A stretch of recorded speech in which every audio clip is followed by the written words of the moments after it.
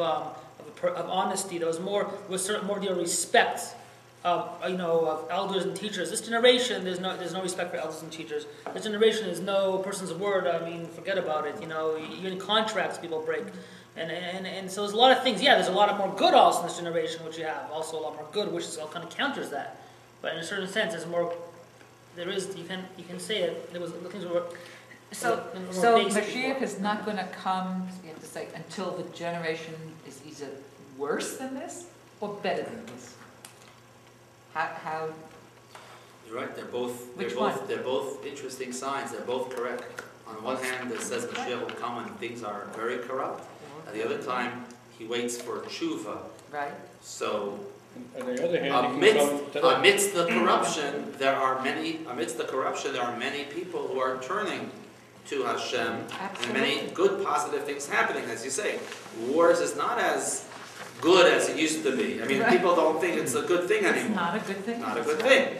So, as a result, you have both sides of the coin. It's been a low in many cases, but it's also has a very positive side to it, and both together is what emerges Mashiach. But anyway, let's try to focus on Mashiach now. He's coming from Egypt and coming from Rome, right? The Maharal of Prague. This was a great rabbi, Rabbi Yehuda Loi, who he actually created a golem. He's the one who created a golem, Maharal, 500 years ago. Less. And his shul is still around today in Prague. Prague became famous because of this great rabbi. And he explains this, and he says that that in order for a structure to be built, you have to break down the first structure and then build another one. So he explains that when Mashiach is sitting at the gates of Rome, it means that Rome is kind of falling apart. It's the end of Rome, and that builds up Mashiach. In other words, you have this thing of royalty. Rome was the rulers. They were the kingship. Malchus, Rome. Mashiach is also considered a ruler. So Mashiach is going to be formed from the destruction. As this building breaks, this structure breaks, the other one rises. And one of the parables that is given to this is a fruit that is being nurtured within a peel, a klipa. And only when the fruit is ripe, ready to eat, the klipa gets peeled off. Gets peeled. And you eat the fruit. The peel you throw away. So, same thing. Mashiach is being kind of nurtured within the peel. And the klipa here is Rome. But at the time when he's ready to redeem us, the klipa falls apart, the husk, the shell falls apart, and emerges the fruit itself, which is Mashiach. And that's the concept of Moshe taking Pharaoh, again, he's growing within that klipa, and then emerging, and he ends up redeeming the Jewish people. Moshe and Mashiach both have the same idea. Now, I want to tell you, there is another source. I mentioned a source that he is in the gates of Rome. There's another source that he's actually born in the house of an Arab. The base Arvi. And this is a dispute among great sages, what is going to be the kingdom before Mashiach comes? What's going to be ruling? Is it going to be only the Arab world, the Muslim world, or Edom, which is Rome, which you could say Christianity, or whatever? And that's, according to those two opinions, it depends where Mashiach is starting. Is he in the house of Rome, or is he in the house of the Arab? Whatever the case is.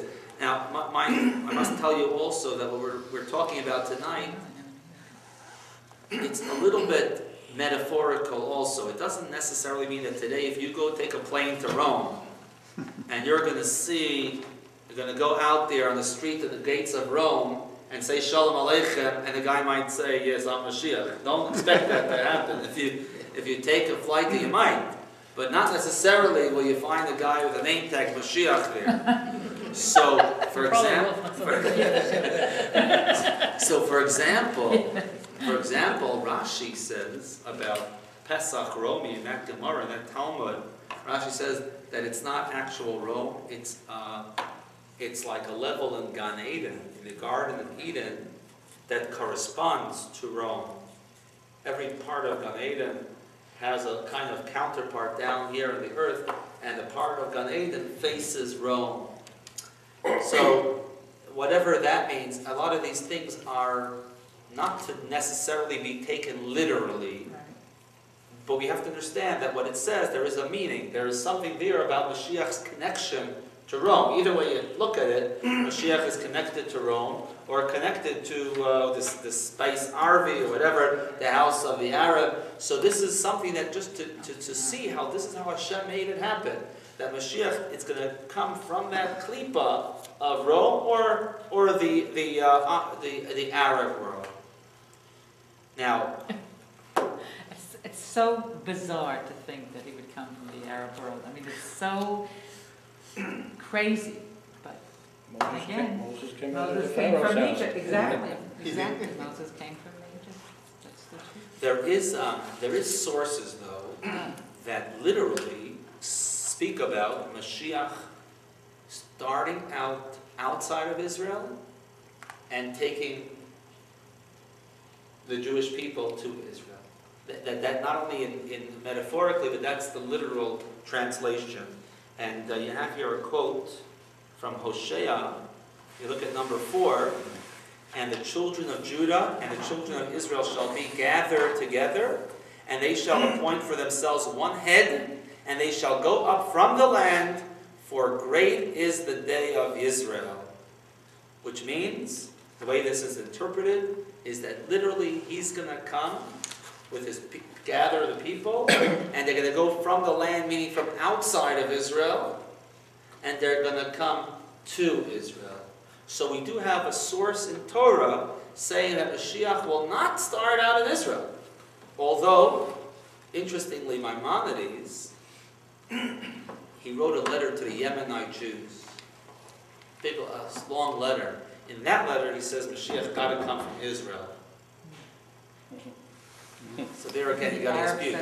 But wait, however, in his laws of the Rambam, in his laws, that's in his letter. But later, when he wrote his laws of the Yad HaChazakah, which the laws he wrote about Mashiach, he didn't mention any of that as a necessity. That Mashiach must be from Israel. So clearly, there's room there that he comes from this verse, and then there's another verse, number 5. What happened to 3? What happened to 3? Mashiach will then tell them, my children, fear not. Let me get back to 3 in a second. Okay? This is from Shir Hashirim. Oh, that you were like my brother, who sucked my mother's breast. I would find you outside. I would kiss you, and they would not despise me. I would lead you. I would bring you to the house of my mother, who instructed me. I would give you to drink some spiced wine of the juice of my pomegranate. This word is prophecies. What is this referring to? Again, this is how we're going to tell Mashiach, you are our brother. Please take us back home, our mother's place, which is Israel. So here also you have a source which kind of indicates that Mashiach will be outside of Israel, and he will take us to the land of Israel. Now, this 3 actually is a very interesting quote. The Midrash, written 2,000 years ago, says a quote, and it says like this, that before Mashiach comes, there's going to be an Arab nation that's going to be a big threat to the whole world. It talks about one Arab nation with other Arab nations actually fighting. And it says the whole world is going to be scared. Very scared. And then it says after that, Mashiach is going to stand on the roof of the Beit HaMikdash.